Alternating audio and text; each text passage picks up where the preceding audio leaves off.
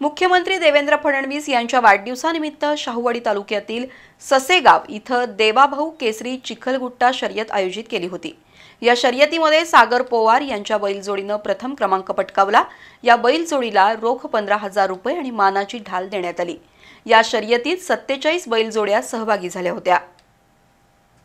मुख्यमंत्री देवेंद्र फडणवीस यांच्या वाढदिवसानिमित्त शाहूवाडी तालुक्यातील ससेगाव इथं देवाभाऊ केसरी चिखलगुट्टा शर्यतीचं आयोजन करण्यात आलं होतं।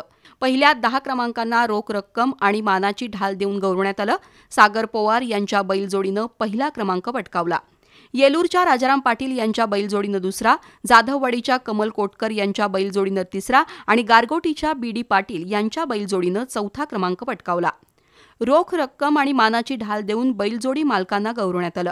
या एकमार्गी चिखलगुट्टा शर्यत स्पर्धेचं बक्षीस वितरण भाजप कार्यकारिणी सदस्य आणि शेतकरी जनआक्रोश आंदोलन प्रमुख आबासाहेब पाटील, लोकनियुक्त सरपंच वनिता पारळे, जिल्हा परिषदेचे माजी सदस्य योगीराज गायकवाड यांच्या हस्ते झालं।